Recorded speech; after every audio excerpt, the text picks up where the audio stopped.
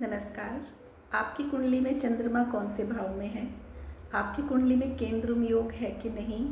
आपकी कुंडली में चंद्रमा पाप कर्तरी तो नहीं है? आपकी कुंडली में चंद्रमा कहीं नीच का तो नहीं है?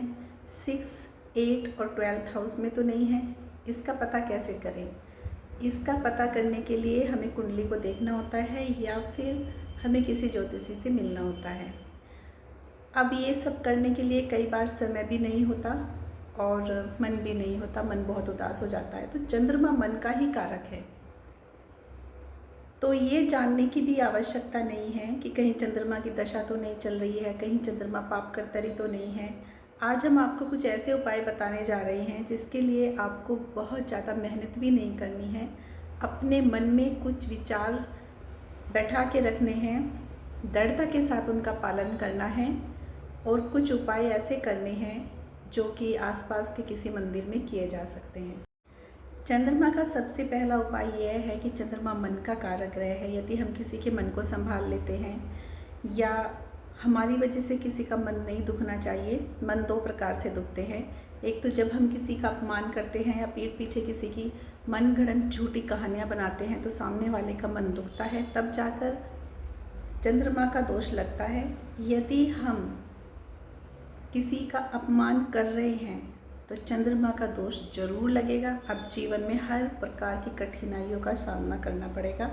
कई बार जीवन में प्रोग्रेस हो भी जाती है, तब भी मन दुखी रहता है क्योंकि हमने किसी का दिल दुखाया है, वो भी बिना वजह, सिर्फ ईर्ष्या में आकर। तो आपको सबसे पहले ध्यान यह रखना चाहिए, किसी का दिल नहीं दुखाना चाहिए, किसी का अपमान नहीं करना चाहिए, किसी की पीठ पीछे बिना वजह, बिना किसी गलती के निंदा नहीं करनी चाहिए। कभी भी पानी को बर्बाद नहीं करना चाहिए, पानी को गंदा नहीं करना चाहिए। जो लोग नदी में कोई सामान बहाते हैं, पहली बात तो कूड़ा करकट और गंदगी नदी में नहीं बहाना चाहिए। और जो लोग सामान बहाते हैं नदी में तो उनको ध्यान रखना चाहिए कि जो पॉलीथीन होती है उसको उनके साथ ना बहाएं। यदि आप हरी मूंग बहा रहे हैं या आप जौ बहा रहे हैं तो सिर्फ वही बहाएं, वो मछलियों के भी काम आ जाएंगे। लेकिन आपको कोई भी प्लास्टिक या किसी भी प्रकार का कोई भी कूड़ा करकट नदियों में नहीं बहाना चाहिए, इससे चंद्रमा का दोष लगता है। पशु पक्षियों को पानी पिलाने से भी चंद्रमा अच्छा होता है।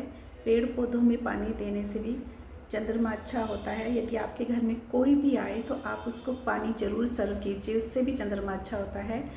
और एक खास बात का ध्यान रखिए कि कभी भी जब भी पानी पिएं तो आधा गिलास पानी पीने के बाद बाकी का पानी फेंकना नहीं है। या तो आप पहले ही इतना पानी लीजिए जितनी ज़रूरत है, और यदि आप इतना पानी नहीं ले सकते, कई बार ज़्यादा भी आ जाता है, तो उसको ढककर रख दें, थोड़ी देर बाद पिया जा सकता है।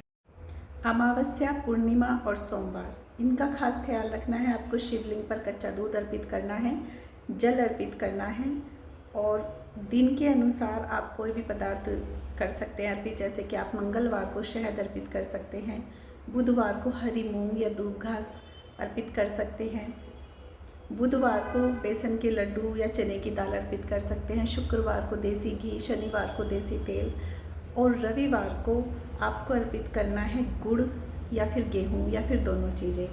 तो ऐसा करने से आपका चंद्रमा बहुत अच्छा हो जाएगा। जीवन में जितनी भी प्रॉब्लम्स हैं वे दूर होगी, और फिर यदि प्रॉब्लम्स हैं भी तो वो छोटी ही दिखाई देगी। ओवर थिंकिंग, एंग्जाइटी, डिप्रेशन, ये सब नहीं होगा।